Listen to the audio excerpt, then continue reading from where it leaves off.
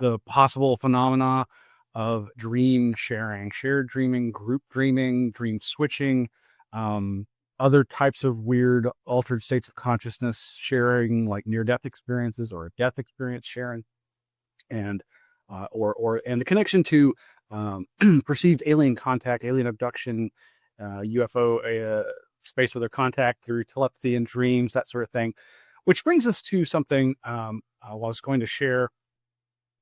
So, in the last few days, I heard this reference to Joe Rogan having described an intense dream on one of his recent episodes of his Joe Rogan Experience podcast show.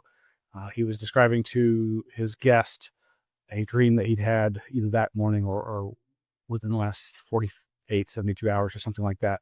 And of course, so this clip was provided over at Red Panda Koala's UFO History Archive YouTube channel. It's a 4.5-minute clip, but I kind of shrunk it down to even shorter and wanted to share this with you. I think you might all find it interesting.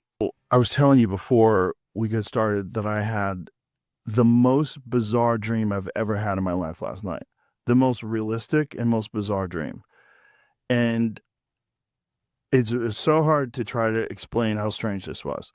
But I was in some weird corridor that looked like a building but was odd.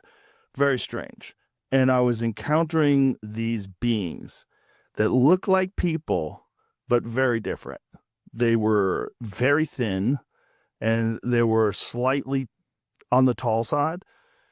And they had big heads, like larger than normal, with larger than normal eyes, but they looked like people and they were playful and they were scaring me. They scared me and then they joked around, like we're just joking around.